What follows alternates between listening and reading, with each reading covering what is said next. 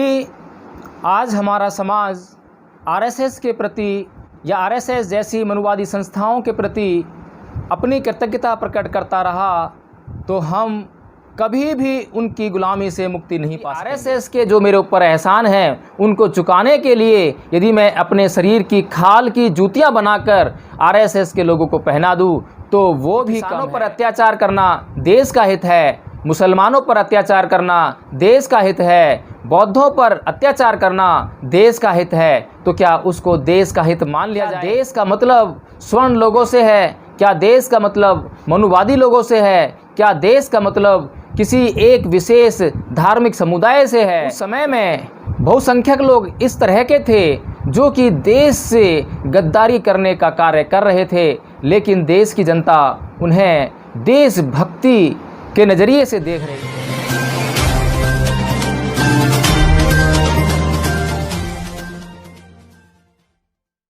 जय भीम, नमो बुद्धाय। साथियों, आज मैं समाज से संबंधित कुछ मूल प्रश्नों को लेकर आया हूँ।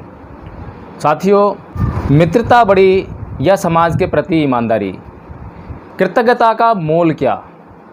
ये दो सवाल मेरे जहन में बार बार कौंध रहे हैं और मैं इनका उत्तर पाने के लिए बहुत ही लालायित हूँ। क्या किसी व्यक्ति को अपने किसी मित्र के साथ मित्रतापूर्ण संबंधों को बनाए रखने के लिए समाज के प्रति जो उसको ईमानदारी दिखानी चाहिए, क्या उसको वह ताक पर रख सकता है? क्या वह समाज के हितों के साथ अन्याय कर सकता है?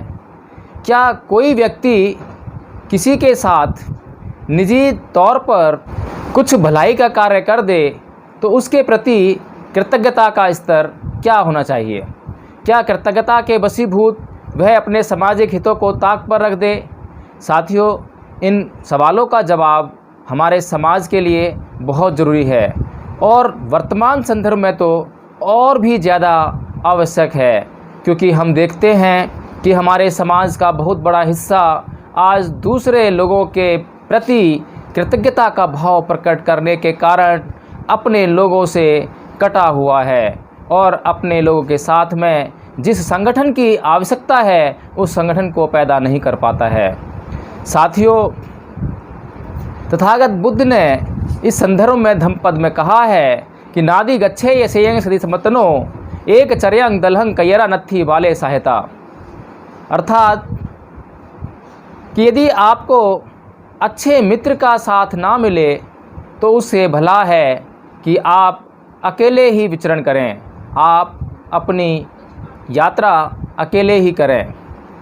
साथियों, हमने समाज में देखा है कि कई बार हमें किसी की सहायता की बहुत अधिक आवश्यकता हो जाती है और कई बार परिस्थितियां ऐसी होती हैं जहां पर कि हमें ऐसे लोगों से भी सहायता की आवश्यकता पड़ जाती है जो लोग चरित्र से अच्छे नहीं हैं, जिनका सामाजिक चरित्र अच्छा नहीं है, जिनका धार्मिक चरित्र अच्छा नहीं है, जिनका राजनीतिक चरित्र अच्छा नहीं है, जिनका किसी भी प्रकार का चरित्र अच्छा नहीं है, या वे समाज के विरोध में बातें करते हैं या वे समाज के विरोध में कार्य करते हैं और समाज के हितों से उनका कोई सरोकार नहीं है।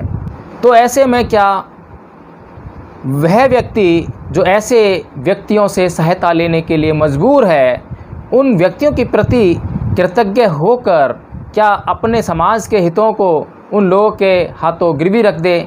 ऐसे में क्या करना चाहिए? आखिर क्या मार्गदर्शन है?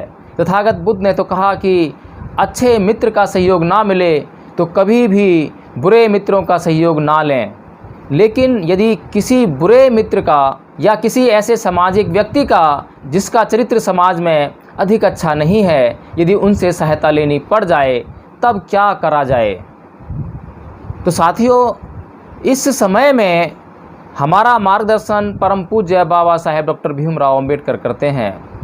उन्होंने इसी बात को समझाते हुए या जब उनके सामने कुछ इसी तरह का प्रश्न देश के बड़े बड़े नेताओं ने रखा और उनके ऊपर लगातार देश से गद्दारी करने का लांछन लगाकर उन्हें बदनाम करने का षड्यंत्र रचा जा रहा था, तब उन्होंने बड़े दबंगई भरे स्वरों में यह कहा था कि यदि मेरे हित मेरे देश के हितों से टकराएंगे तो मैं अपने देश के हितों को अपने निजी हितों से ऊपर रखूँगा, और यदि मेरे समाज के हित मेरे देश के हितों से टकराएंगे तो मैं निसंदेह अपने समाज के हितों को अपने देश के हितों के ऊपर रखूँगा।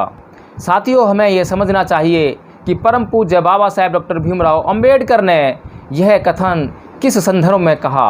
साथियों, जैसा कि आज हम वर्तमान परिस्थितियों से उस समय का आकलन कर सकते हैं, उस समय में बहुसंख्यक लोग इस तरह के थे जो कि देश से गद्दारी करने का कार्य कर रहे थे, लेकिन देश की जनता उन्हें देशभक्ति के नज़रिए से देख रही थी।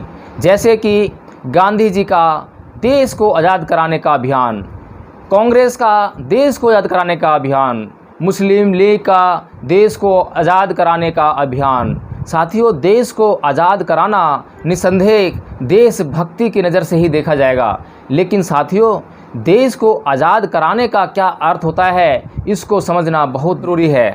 क्योंकि यदि हम देश को परिभाषित नहीं कर सकते तो देश की आज़ादी के मतलब हम नहीं समझ सकते हैं। देश का मतलब क्या है?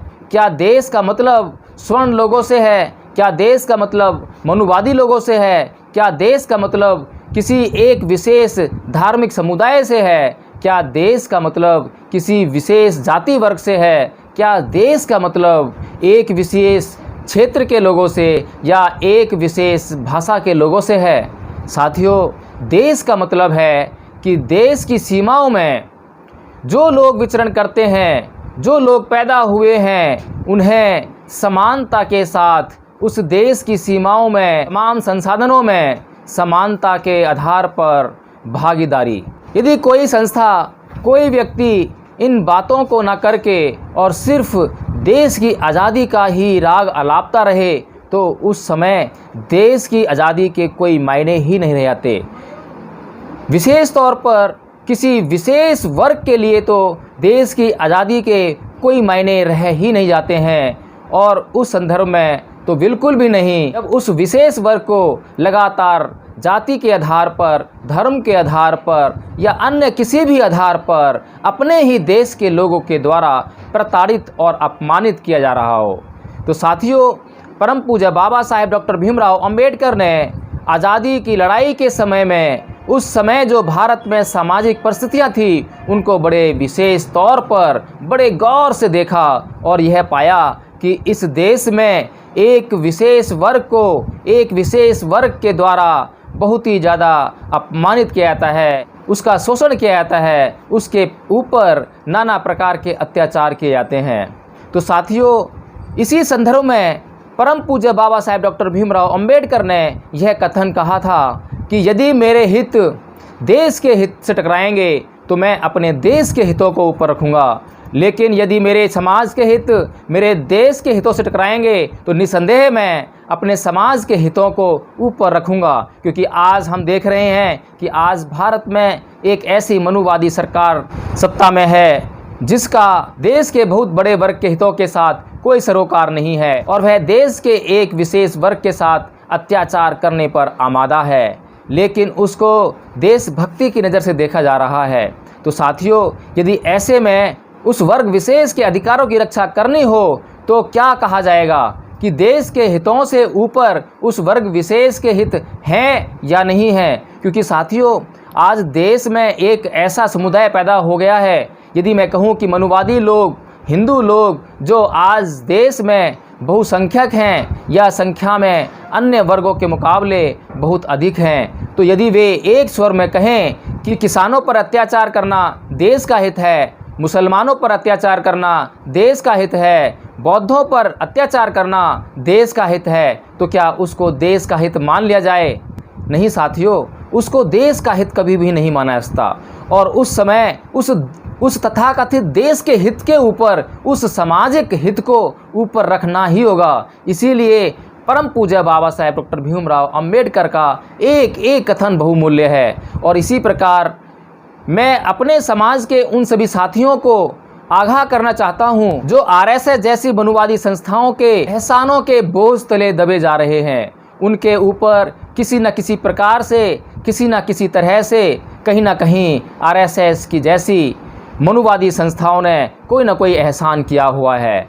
और मैं एक आरएसएस की मीटिंग में गया था। वहाँ पर हमारे ही वाल्मीकि समाज का एक व्यक्ति तो यहाँ तक कह गया कि आरएसएस के जो मेरे ऊपर एहसान हैं उनको चुकाने के लिए यदि मैं अपने शरीर की खाल की जूतियाँ बनाकर आरएसएस के लोगों को पहना दूँ तो वो भी कम है। तो साथियों, ये एहसान किस तरह का एहसान है? क्या इस एहसान को चुकाने के लिए, क्या आरएसएस के प्रति उस व्यक्ति की कृतज्ञता को प्रकट करने के लिए उसके देश के हितों को गिरवी रखा जाए, उसके समाज के हितों को गिरवी रखा जाए? साथियों, हमें यह समझना होगा कि हमें जब सामाजिक हितों की बात आए तो हमारे निजी हित सामाजिक हितों के आड़े नहीं आने चाहिए और हमें अपने सामाजिक हितों को अपने निजी हितों के ऊपर रखना चाहिए। साथियों, मैंने यह बात इस संदर्भ में कही है क्योंकि आज हमारे समाज में नाना प्रकार की संस्थाएं चल रही हैं और वे अम्बेडकरवाद को प्रचार और प्रसारित करने का कार्य कर रही हैं। तमाम बौद्ध विहार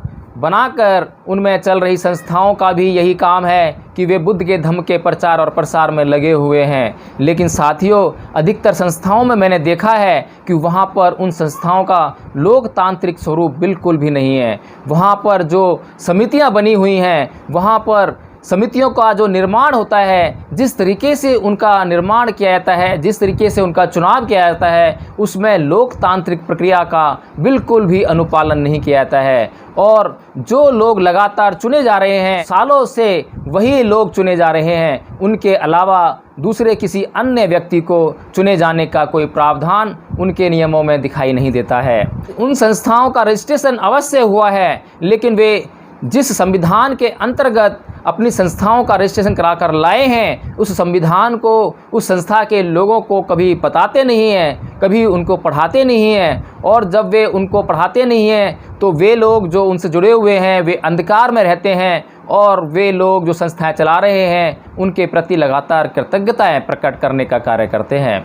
लेकिन साथियों, यदि किसी विचार का प्रचार और प्रसार ना हो पा रहा हो या उसके परिणाम नहीं आ रहे हों तो हमें उनकी जांच ज़रूर करनी चाहिए। यदि हम उन परिणामों की जांच करें तो हमें यह दिखाई देने लगेगा कि जिन लोगों के प्रति हम कृतज्ञ हैं वे लोग समाज से गद्दारी करने का कार्य कर रहे हैं। साथियों, ऐसे लोगों के प्रति यदि हम निजी तौर पर कृतज्ञ हैं तो आप कभी भी उन लोगों को कभी आपकी निजी तौर पर आवश्यकता हो तो कभी भी पीछे मत रहिएगा, आप उनसे 2 कदम आगे बढ़कर उनकी सहायता कीजिएगा। लेकिन जब वे लोग समाज के प्रति गद्दारी कर रहे हों और आपकी नज़र में यह बात आ जाए, आपको यह समझ में आ जाए कि ये लोग समाज के प्रति गद्दारी कर रहे हैं और जब कोई निर्णय करने के लिए आपके मत की उनको आवश्यकता हो तो आप अपना मत उनके लिए कभी भी प्रस्तुत मत कीजिएगा, क्योंकि ऐसे लोग इसी समय के लिए आपके साथ दिन रात खड़े हुए दिखाई देते हैं, क्योंकि उनको